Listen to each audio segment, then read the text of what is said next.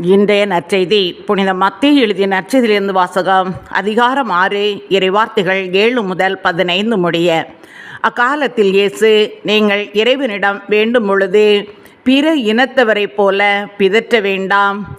மிகுதியான சொற்களை அடுக்கிக் கொண்டே போவதால் தங்கள் வேண்டுதல் கேட்கப்படும் என அவர்கள் நினைக்கிறார்கள்.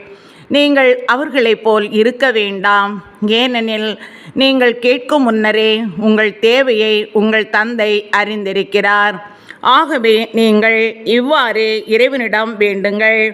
விண்ணுலகில் இருக்கிற எங்கள் தந்தையே, உமது பெயர் தூயதென போற்ற பெறுக. உமது ஆட்சி வருக. உமது திருவுளம் விண்ணுலகில் நிறைவேறுவது போல மண்ணுலகிலும் நிறைவேறுக. இன்று தேவையான உணவை எங்களுக்கு தாரும்.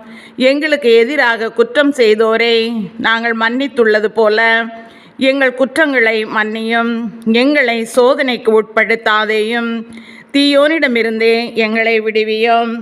ஆட்சியும் வல்லமையும் மாட்சியும் என்றென்றும் உமக்கே. ஆமேன். மற்ற மனிதர் செய்யும் குற்றங்களை நீங்கள் மன்னிப்பீர்களானால் உங்கள் விண்ணகத் தந்தையும் உங்களை மன்னிப்பார். மற்ற மனிதரை நீங்கள் மன்னிக்காவிடில் உங்கள் தந்தையும் உங்கள் குற்றங்களை மன்னிக்க மாட்டார் என்றார். இது கிறிஸ்துவின் நற்செய்தி. கிறிஸ்துவே, உமக்கு புகழ்.